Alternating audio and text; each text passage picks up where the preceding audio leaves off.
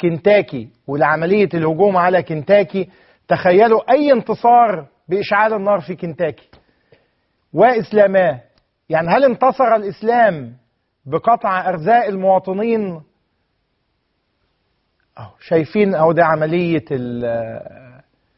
أي انتصار هنا، يعني سوى أنه الهدف الوحيد هو أنه تخويف الناس وتضييق الحياة عليهم اجتماعيا ومعيشيا، وهيشتغلوا في الحكاية دي وفي هذا المخطط لعدة أيام قادمة.